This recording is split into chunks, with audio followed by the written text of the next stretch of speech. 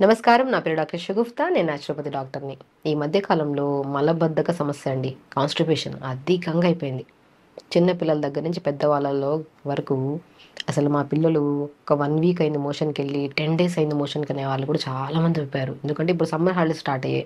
పిల్లలేంటంటే ఎక్కువగా జంక్ ఫుడ్స్‌కి ఎక్కువ ఇష్టపడతారు కాబట్టి సమ్మర్ హాలిడేస్‌లో మనకి పిల్లలకు అడక్కడక అడుగుతున్నారని చెప్పేసి అన్ని జంక్ ఫుడ్స్ తెచ్చిపెట్టేవాళ్ళు కొంతమంది ఉంటారు. వాళ్ళ వల్ల రీసెంట్‌గా ఒక అమ్మాయిని తీసుకొచ్చారు. ఆల్మోస్ట్ 4-5 డేస్ అయింది మోషన్ అని చెప్పి తీసుకొస్తే, ఆ బాడీలో ఎందుకంటే సమ్మర్‌లో ఎక్కువ స్వెట్ వస్తది కదా! చెమటలు పడతాయి కదా!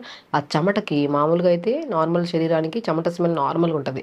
కానీ కాన్‌స్టిపేషన్ ఉన్న ప్రాబ్లమ్ వాళ్ళలో చెమట స్మెల్ అసలు పక్కన వాళ్ళకి కూడా ఆ స్మెల్ చాలా different kind of sticky smell ఉంటదనమాట. అండ్ ఈ కాన్‌స్టిపేషన్ ప్రాబ్లమ్ ఉండే వాళ్ళలో ఫేస్‌లో పింపుల్స్ రావడము, హెయిర్ ఫాల్ విపరీతంగా అవ్వడము, అండ్ ఇండైజెషన్ వల్ల వాళ్ళు కొద్ది గ్యాస్ రిలీజ్ చేసినా కూడా విపరీతమైన స్మెల్ ఉంటది. సో, పిల్లలు దానివల్ల చాలా స్ట్రెస్‌కి తీసుకెళ్ళిపోతుంటారు. సో, ఈ స్ట్రెస్ వల్ల ఎక్కువగా తినేసి అధికంగా బరువు పెరగడానికి కూడా కారణమైపోయింది. చూసారా? ఒక కాన్‌స్టిపేషన్ ప్రాబ్లమ్ వల్ల స్కిన్ డ్యామేజ్ అయ్యి, హెయిర్ ప్రాబ్లము, బరువు పెరగడం ఒకటి కాదు ఇంకా రకరకాల సమస్యలొస్తాయి. అసలు కాన్‌స్టిపేషన్ ప్రాబ్లమ్ ఎందుకొస్తది అంటే, అసలు కాన్‌స్టిపేషన్ అంటేనే ఏంటంటే, మనం ఒక హెల్తీ లైఫ్ స్టైల్ అంటే మనం మార్నింగ్ లేచిన వెంటనే 1-2 మినిట్స్‌లో మొత్తం పేగుల్లో ఉన్న ఫ్లష్ అంతా, మోషన్ అంతా తీసేస్తామనమాట. సో, ఎలిమినేట్ అయిపోతది. సో, ఈ కొంతమందిలో ఏమవుతదంటే లేట్‌గా పడుకోవడము, లేట్‌గా లెగడం వల్ల సో, మోషన్‌కి రేపెళ్దాంలే, ఈవినింగ్ ఎళ్దాంలే, మళ్ళీ ఎళ్దాంలే అని పోస్ట్‌పోన్‌మెంట్ అంటే ఇప్పుడు మన మెయిన్ మార్నింగ్ లేచిన వెంటనే చేసే మొట్టమొదటి పనేంటి? బెడ్ దిగిన వెంటనే అసలు ఫస్ట్ వాష్‌రూమ్‌కెళ్ళేసి వితిన్ 1-2 మినిట్స్‌లో మొత్తం ఫ్లష్ చేయాలి. కానీ మనం ఏం చేస్తున్నాం? లేట్‌గా లెగడము, హరీ బరీ చేయడం వల్ల సో, కొంతమందిలో సో, ఈవినింగ్ ఎళ్దాం, ఎల్లుండి ఎళ్దాం అని జెప్పేసి అది అలవాటు చేసేస్తారనమాట. సో, మనకి స్టిమ్యులేషన్స్ అవుతూ ఉంటాయి. కొంతమందికి ఎళ్ళాలని అనిపిస్తుంటది మోషన్‌కి. కానీ ఏదో ఒక పనుంది ఈవినింగ్ ఎళ్దాంలే అని జెప్పి పోస్ట్‌పోన్‌మెంట్ కాస్త ఏమవుతది? అది అలవాటయిపోవడం వల్ల ఈ రెగ్యులర్ మోషన్ అవ్వకపోతే ఏమవుతది? అక్కడ మనకు పేగుల దగ్గర స్మాల్ ఇంటెస్టైన్, లార్జ్ ఇంటెస్టైన్ నుంచి యానస్ నుంచి వస్తుంటది కదా మోషన్. అక్కడ గడ్డలు గడ్డలుగా మారిపోవడం వల్ల మోషన్ అనేది నీట్‌గా అనేది ఫ్లష్ అవ్వదు.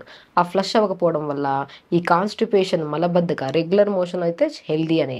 ఒక ఇర్రెగ్యులర్ మోషన్ అయితే దాన్ని కాన్‌స్టిపేషన్ మలబద్ధకం అని. ఆ కాన్‌స్టిపేషన్ కాస్త ఇంకొద్దిగా ఇర్రెగ్యులర్ అయితే మనము ఆ ముద్దలు ముద్దలుగా ఉన్న పేగుల్లో నుంచి మోషన్ పడుతున్నప్పుడు ఆ నరాలనేది చిట్లి దానివల్ల బ్లడ్ పడుతుంటది. దాన్నే పైల్స్ అంటారు.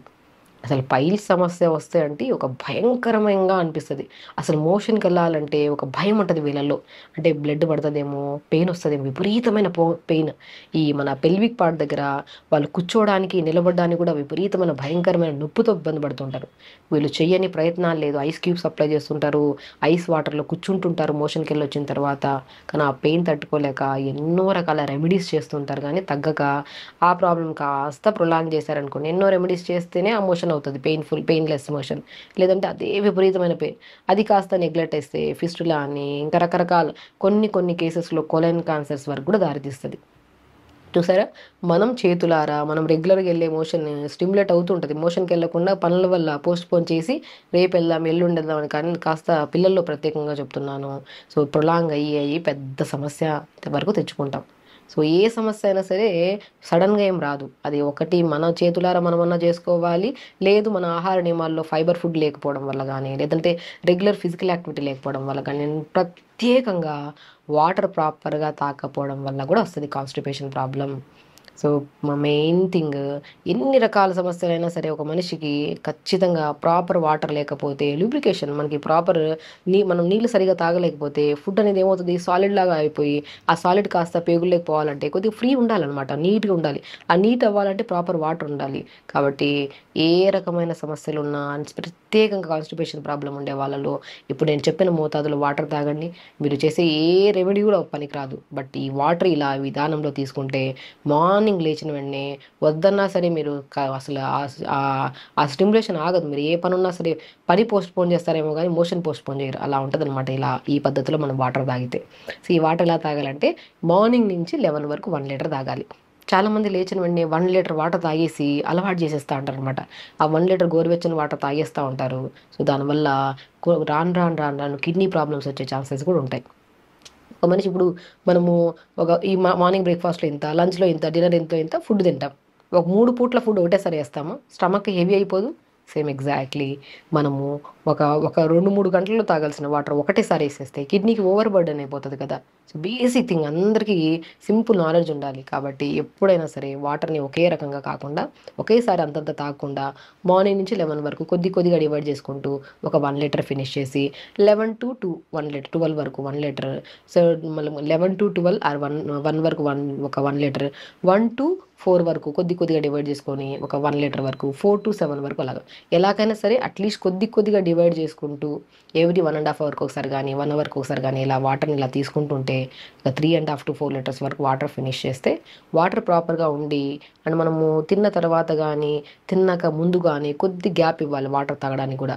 సో అలా మనం తింటూ తింటూ ముద్ద ముద్దకు కూడా వాటర్ తాగితే సో వాళ్ళలో కూడా కాన్స్టిపేషన్ ప్రాబ్లం పక్కన పెట్టండి, అసలు వాళ్ళు తిన్న వెంటనే మోషన్కి వెళ్ళిపోతుంటారు, ముద్ద ముద్దకి వాటర్ తాగండి. అదొక టైప్ ఆఫ్ ఆ టైప్ ఆఫ్ ప్రాబ్లం ఉండే వాళ్ళలో ఎమీబియాసిస్ అనే ఒక ఇష్యూ వస్తుంటుంది. పేగుల్లో ఈ బ్యాక్టీరియల్ ఇన్ఫెక్షన్స్, ఈ వైరల్ ఇన్ఫెక్షన్స్ ఎక్కువ వస్తుంటాయి అనమాట. సో కాబట్టి ఎప్పుడైనా సరే వాటర్ని ఇలా డివైడ్ చేసుకుని వాటర్ తాగి మనం ఫుడ్లో ప్రత్యేకంగా ఫైబర్ ఎక్కువ తీసుకోవాలి. లైక్ ఫైబర్ ఫుడ్స్ అంటే మనం ఆకుకూరలు, ఇప్పుడు మనం ఆకుకూరలు రెగ్యులర్గా తీసుకుంటారా పిల్లలు అంటే అస్సలు మా పిల్లలు ఆకుకూరలే తినరండి అంటారు. ఆకుకూరలు తినకపోతే ఖచ్చితంగా కంటి సమస్యలు వస్తాయి, కాన్స్టిపేషన్ ప్రాబ్లమ్స్ కూడా వస్తాయి. సో ఆకుకూరల్ని మనం ఒక మీల్ అంటే లంచ్లో పిల్లలు కానీ మనకు కానీ ఎప్పుడైనా సరే మంచిగా ఇంత బ్రౌన్ రైస్, ఇంత vegetables with combination of paneer curry కొద్దిగా, లైక్ విత్ ఏదైనా ప్రోటీన్ కాంబినేషన్లో కర్రీ, ఒక ఆకుకూర ఫ్రై ఇలా కంప్లీట్ మీల్లో తిన్నామనుకోండి. దాంతోపాటు మనం లంచ్ చేసిన ఒక 15 to 20 మినిట్స్ తర్వాత పల్చని మధ్యలో కొద్ది జీలకర్ర కలుపుకొని తాగండి. ఇలా మీల్ తీసుకుంటే ఎందుకు డైజెషన్ అవ్వదు, ఎందుకు కాన్స్టిపేషన్ ప్రాబ్లం వస్తుంది. అండ్ ఖచ్చితంగా లంచ్ తర్వాత కానీ డిన్నర్ తర్వాత కానీ ప్రతి ఒక్కరికి నేను ప్రత్యేకంగా చెప్తాను, పల్చటి మజ్జిగ తాగండి, దాంట్లో కొద్ది జీలకర్ర పౌడర్ కలుపుకొని తాగండి. 100% మీకు కాన్స్టిపేషన్ ప్రాబ్లం రాదు. అండ్ ప్రత్యేకంగా ఎవ్వరికి మనకి చాలా మందిలో చూస్తుంటారు గట్ ఇష్యూస్ ఎక్కువ ఉంటాయి. అంటే వెళ్తే రోజుకి 4, 5 సార్లు మోషన్కి వెళ్తారు, లేకపోతే ఒక 3, 4 రోజుల వరకు మోషన్కి వెళ్ళరు.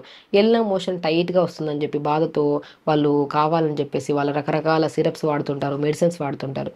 సో ఈ గట్ ప్రాబ్లమ్స్ అస్సలు మనం ఎవ్రీడే మార్నింగ్ లేచిన వెంటనే ఒక డ్రాప్ ఆఫ్ వాటర్ తాగకుండా మోషన్కి వెళ్ళి వితిన్ 1 to 2 మినిట్స్లో ఫ్లష్ చేసే వచ్చే వాళ్ళే హెల్దీ అంటాను. సో అలా హెల్దీ ప్రాసెస్ అవ్వాలంటే మనము లంచ్ని ఇలా ప్రాపర్ మీల్ లాగా ప్లాన్ చేసుకొని దాంతోపాటు మజ్జిగ, ఆ మజ్జిగలో డెఫినెట్గా ఒకరోజు జీలకర్ర పౌడరు, ఒక్కొక్క రోజు అవిసె విత్తనాలు ఉంటాయి కదా ఫ్లాక్ సీడ్స్, ఆ ఫ్లాక్ సీడ్స్లో కూడా అద్భుతమైన ఒమేగా 3 ఫ్యాటీ యాసిడ్స్ ఉంటాయి, జిగురు పదార్థం ఎక్కువ ఉంటుంది కాబట్టి అది కూడా మోషన్ సాఫ్ అవ్వడానికి చాలా మంచిగా దోహదపడుతుంది అనమాట. కాబట్టి లంచ్ తర్వాత అండ్ పల్చటి, అది కూడా ఇమ్మీడియట్ కాకుండా 15 to 20 మినిట్స్ తర్వాత పల్చటి మజ్జిగలో మధ్యాహ్నం లంచ్ తర్వాత పోనీ జీలకర్ర పౌడర్ 1/2 స్పూన్ కలుపుకొని తాగండి. డిన్నర్ తర్వాత మజ్జిగలో 1/2 స్పూను మన అవిసె విత్తనాల పౌడర్ కలుపుకొని తాగండి. మంచిగా అసలు గట్ ప్రాబ్లమ్స్ అనేవి మనకు ఉండవన్నమాట. సో మనం వాటితో పాటు ఆకుకూరలు రెగ్యులర్గా తీసుకోండి. అండ్ నేను సమ్మర్లో మాట్లాడుతున్నాను కాబట్టి ఈ టాపిక్, అండ్ సమ్మర్లో స్పెషల్లీ రీసెంట్గా వచ్చిన పిల్లల్లో కూడా అసలు సమ్మర్లో జంక్ ఫుడ్స్ ఎక్కువ తినడం వల్ల వస్తున్నారని చెప్పాను కదా. సో పిల్లలు ఏంటంటే ఎక్కువగా ఒక మంచి ఫ్రూట్స్ దొరుకుతాయండి. ఇప్పుడు సమ్మర్లో దొరికే అమృతమైన ఫ్రూట్స్ తాటి ముంజలు తెలుసుగా. నేను చెప్పాను కాన్స్టిపేషన్ ప్రాబ్లం వస్తే ఫేస్ మీద పింపుల్స్, హెయిర్ ఫాల్ అండ్ చెమటలు ఎక్కువగా పట్టడం వల్ల స్కిన్లో ఈ ఫంగల్ ఇన్ఫెక్షన్స్, దురదలు ఎక్కువ వస్తుంటాయి. తాటి ముంజల్ని మనం ఇంటేక్ తీసుకోవడం వల్ల అసలు మోషన్ నీట్గా ఫ్లష్ అవుతుంది ఒకటి.